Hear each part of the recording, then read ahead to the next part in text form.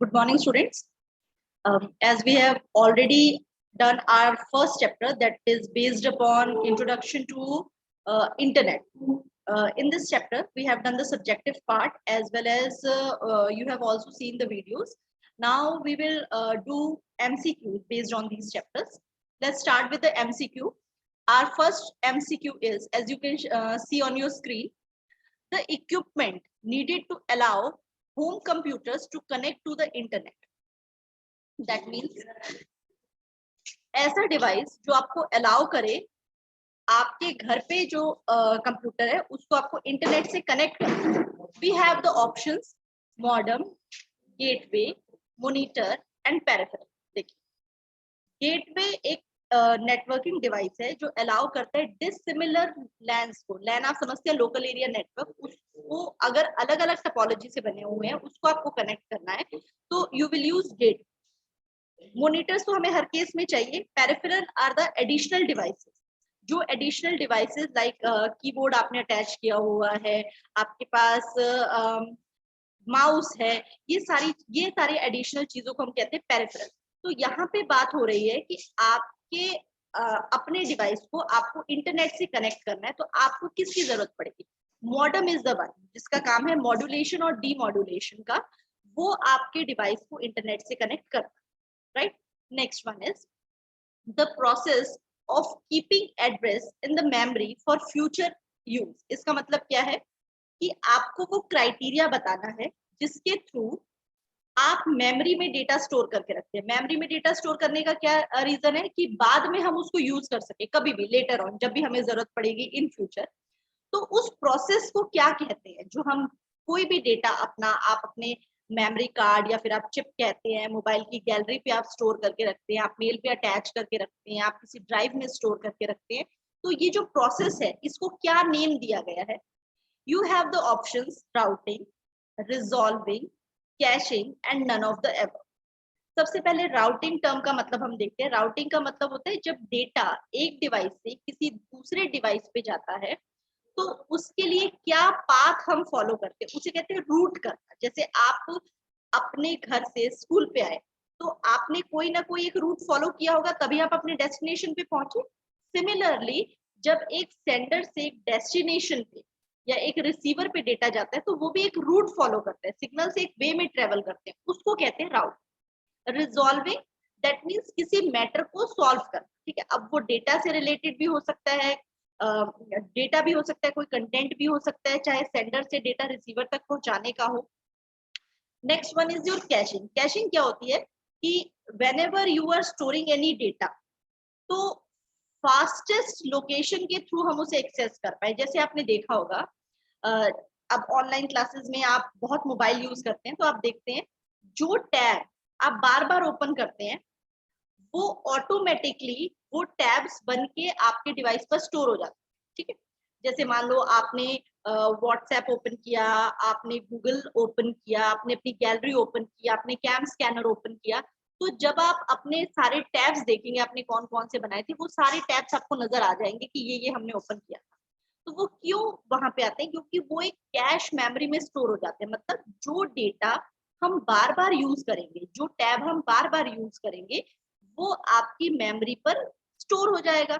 और स्टोर होने की वजह से क्या होता है, इमीडिएट एक्सेस कर पाते हैं. अब फॉर एग्जांपल मान लो आपको कोई एक टॉपिक या कोई एक बात रोज बताई जा रही है तो वो आपकी कैश मेमोरी पर स्टोर होती है. जैसे ही आपसे वो बात पूछी जाएगी इमीडिएटली आप रिस्पॉन्ड. अब कोई मैटर या कोई टॉपिक आपको बहुत मंथ पहले पढ़ाएगा, हम अगर आपसे पूछें तो शायद कुछ पर्सन ऐसे होंगे जो इमीडिएटली उसको रिकॉल ना कर पाए या ध्यान में ना आए. क्यों? क्योंकि वो हमारी कैश मेमोरी में नहीं होता, बैक मेमोरी में चला जाता है. तो कैश मेमोरी का मतलब कि एक ऐसा मेमोरी एरिया जिसमें डेटा रिफ्रेश रहता है, करंट यूज वाला डेटा उसमें पड़ा हुआ होता है, ताकि फ्यूचर में जब हमें उसे यूज करना पड़े या बाद में या लेटर ऑन या थोड़ी देर बाद यूज करना पड़े तो वहां से एक्सेस जल्दी आपको डेटा मिल जाए. तो अब देखिए आपसे पूछा था the process of keeping address in memory for future use. उस प्रोसेस को क्या नेम देते हैं जिसपे हम अपने फ्यूचर यूज के लिए डेटा को स्टोर करके रखते हैं. अब राउटिंग तो हो नहीं सकती क्योंकि उसका काम सिर्फ सेंडर से रिसीवर तक पहुंचाने का है, एक रूट फॉलो करने, रिजॉल्विंग का कोई मतलब ही नहीं बनता। तो caching is the only one जो बचता है आपके पास ऑप्शन, और इस क्वेश्चन को वो सूट करता है कि हाँ ये मेमोरी से रिलेटेड ही चीज है, कि जब भी आप किसी चीज को स्टोर करते हैं तो कैश मेमोरी में स्टोर करने से immediate access. Clear? Next one, third is your the server on the internet is also known as.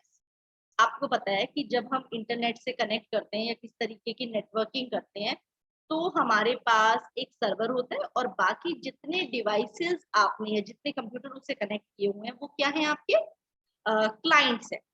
अब ये जो क्लाइंट है या फिर ये सर्वर है, इसके और भी अलग नेम होते हैं, जैसे हम इंग्लिश में सिनोनिम्स कहते हैं। ठीक है, जैसे आपका एक नेम होता है स्कूल में रजिस्टर, घर पे आपको किसी नाम से और नाम से बुलाते हैं, तो वो भी क्या है, आपके तो नेम है। इसी तरीके से जो सर्वर है उसके भी अलग अलग नेम है, वो आपसे पूछा जा रहा है। अब ऑप्शंस क्या है, hub, host, gateway, repeater. Hub एक नेटवर्किंग डिवाइस है, गेटवे एक नेटवर्किंग डिवाइस है, रिपीटर एक नेटवर्किंग डिवाइस। तो ये तीनों ऑप्शंस नहीं यूज हो सकते, बचता क्या है, सिर्फ होस्ट। तो होस्ट कंप्यूटर कहें चाहे सर्वर कंप्यूटर कहें, एक ही बात। और जो डिवाइसेस आपके सर्वर के साथ अटैच होते हैं उनको हम क्लाइंट, वर्क स्टेशन, नोड कुछ भी कह सकते हैं। ठीक है, तो सर्वर को दो नेम से आइडेंटिफाई किया जाता है, मतलब एक तो सर्वर ही हो गया और सेकंड वन इज होस्ट। और जो नोड्स उससे कनेक्ट होते हैं उनको हम नोड्स, वर्क स्टेशन, क्लाइंट कुछ भी कह सकते हैं। क्लियर? तो आपका right option is your host. Next one, a user can get file from another computer on the internet by using।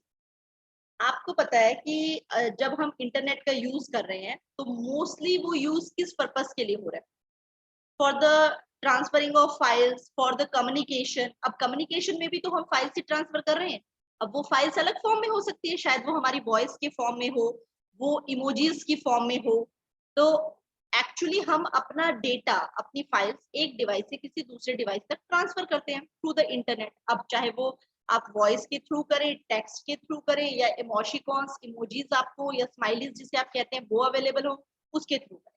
but basically it is transferring of files from one device to another। अब you have the option, इसके लिए क्या होगा, HTTP। आपने previous classes में भी पढ़ा हुआ है, HTTP is hyper text transfer protocol. Telnet is telenetworking, the networking which is used for the remote devices। UTP is not the right format, ये किसी ऑप्शन में नहीं आता। Then is your FTP which is file transfer protocol। So जब आप इन terminologies की full form ही अंडरस्टैंड करेंगे then you will be able to attempt this question. उसमें क्या लिखा हुआ है, a user can get file from another computer. एक कंप्यूटर से दूसरे कंप्यूटर पर अगर हमें फाइल रिसीव करनी है या फाइल सेंड करनी है, क्या प्रोटोकॉल यूज होता है, फाइल ट्रांसफर प्रोटोकॉल हमारे पास अवेलेबल है। अगर आपको हाइपर टेक्स्ट भेजना हो तो उसके लिए क्या ऑप्शन होगा, HTTP। तो यहाँ पे हमसे सिर्फ फाइल्स की बात पूछी गई है, तो we have the option FTP, right.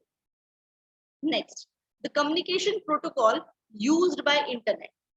अब आपसे वॉइस मैसेजेस की बात करें, आपको सिर्फ चैटिंग की बात करें, तो है तो वो भी एक तरीके का फाइल ही, एक तरीके का डाटा ही है। बट पर्टिकुलरली उसके लिए एक और तरीके का प्रोटोकॉल यूज किया जाता है। वो प्रोटोकॉल है क्या, one is your HTTP hypertext transfer protocol, then is your world wide web, then TCP/IP transmission control protocol, internet protocol, and then you left with the FTP which is file transfer protocol। file transfer protocol के बारे में हम अभी discuss कर चुके हैं। it is used to transfer the files from one device to other, and in this question they are particularly asking about the communication protocol। that means the protocol is used while you are doing your conversation for the chats or the video calls। तो उसके लिए we are left with three options। FTP तो हो ही नहीं सकता, then we have HTTP, www और TCP/IP। www तो आपको इंटरनेट से कनेक्ट करने के लिए, ताकि आप अपनी data files, text files, audio files, video files, linked files सब ओपन कर सके, तब आपको हर एक साइट के आगे लगाना ही पड़ता है। तो ये स्पेसिफिकली कम्युनिकेशन के लिए तो होगा नहीं, टेक्स्ट फाइल हो तब भी www लगेगा, तो ये ऑप्शन भी नहीं होगा। अब हमारे पास बच जाती है दो, एक HTTP और एक TCP/IP। अब इनमें से हमें आइडेंटिफाई करना है which one is the right.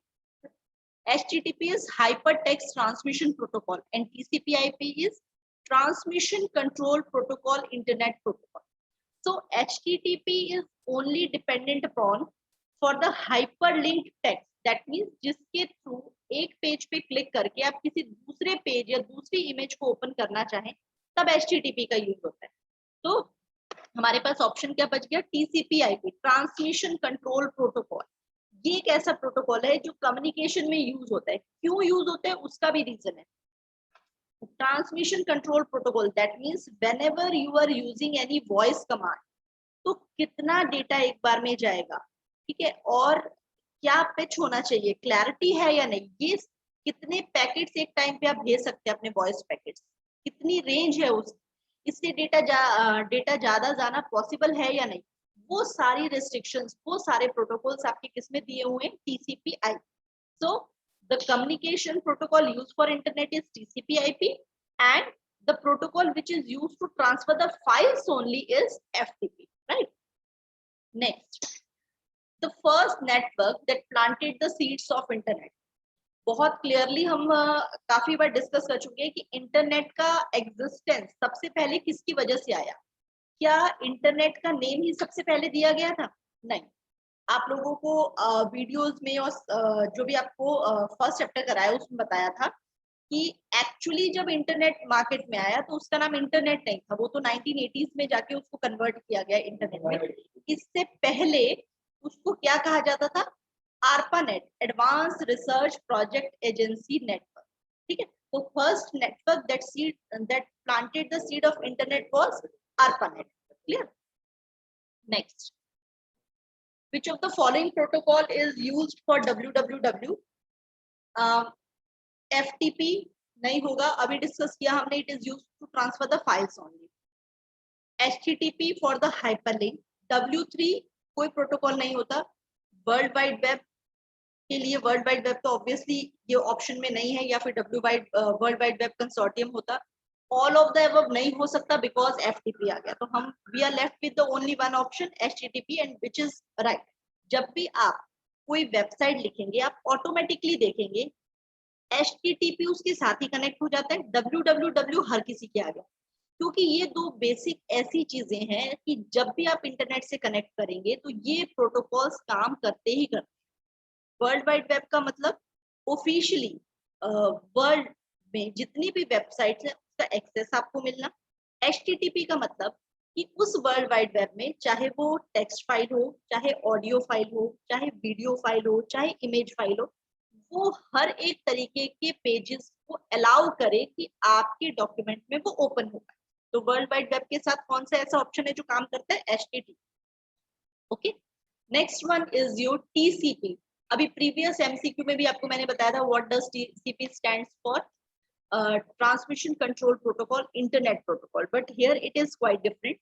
आपके पास जो इंटरनेट पे कम्युनिकेशन चैनल है उसमें 8 लिंक होते हैं जिसे हम कहते हैं OSI मॉडल। अभी शायद अभी आप उन चीजों के बारे में नहीं पढ़ेंगे, आफ्टर 12th अगर आप ये ऑप्शन चूज करते हैं तब आपको पता लगेगा कि एक ओपन सोर्स इंटरकनेक्शन मॉडल होता है जिसमें ये कम्युनिकेशन पॉसिबल है।